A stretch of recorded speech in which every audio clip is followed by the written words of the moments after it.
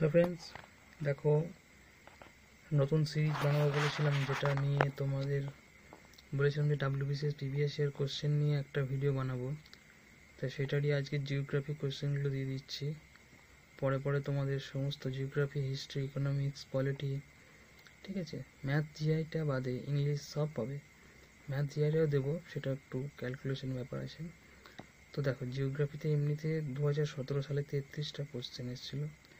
সেই সমস্ত কোশ্চেন আমি একটা বইয়ের মধ্যে, কার্তিক চন্দ্র মণ্ডলের বই যাদের কাছে আছে নতুন এডিশন, তাদের দেখার দরকার নেই। যারা এই বইটা এখনও কিনে উঠতে পারোনি তাদের জন্য এটা খুব হেল্পফুল হবে। বিকজ দেখো, এর মধ্যে সব কোশ্চেনগুলো রয়েছে। আমি একে একে দেখাচ্ছি, তোমরা দেখতে দেখতে থাকো।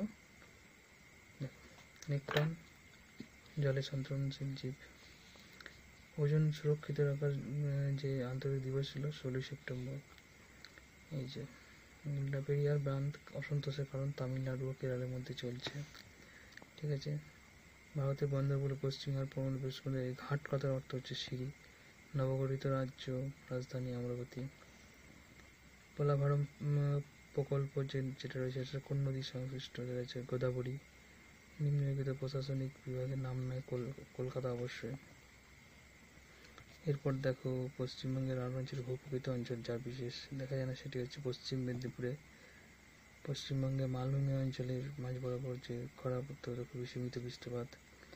পশ্চিমবঙ্গে বদ্বীপ অঞ্চলে নিম্নলিখিত কোন গ্রহণ করা হয়? সেটা প্রাকৃতিক গ্যাস। টোটো উপজাতি কোথায় দেখা যায়? পশ্চিমবঙ্গে দেখা যায়। ফারাক্কা বাড়ি, দেখো এটা স্টার, ডবল স্টার মারা, কারণ এটা রিপিট কোশ্চেন। এটা হচ্ছে হুগলি নদী জলের যোগান বৃদ্ধির জন্য পশ্চিমবঙ্গে কোন রাজ্যে মানুষ উন্নত হয়েছে সর্বস্তর? এটা হচ্ছে কলকাতা। মোট স্থলভাগ অংশ ভারতের হার পৃথিবীর 2.4%। ওকে।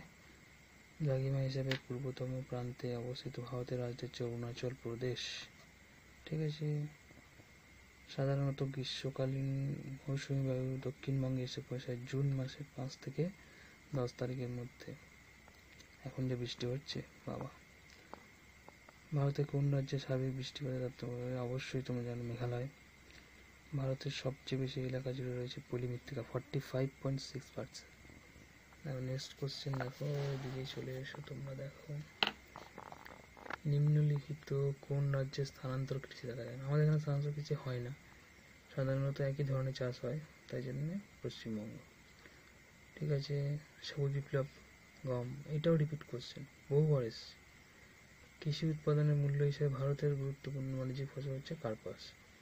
ভারতের সর্বপ্রথম খনিজ তেল আবিষ্কৃত হয়েছে ডিগবয়। ভারতের কোন রাজ্যে বায়ুপ্রবাহ শক্তির সরঞ্জাম সহিত হচ্ছে? তামিলনাড়ু। এরপর দেখো, ছত্তিশগড় রাজ্যে ফেলায় এসেছে লৌহ ইস্পাতের জন্য। নেক্সট কোশ্চেন 25 নম্বর, কোন বন্দর স্বাভাবিক প্রসার? বিশাখাপত্তনম। এলাকা ও সর্বাধিক বৃহত্তম নগরপুঞ্জ অবশ্যই মুম্বাই, মায়ানগরী যেটাকে বলা হয়, ঠিক আছে। গেছো কেউ? কে গেছো কমেন্ট বক্সে অবশ্যই জানাবে।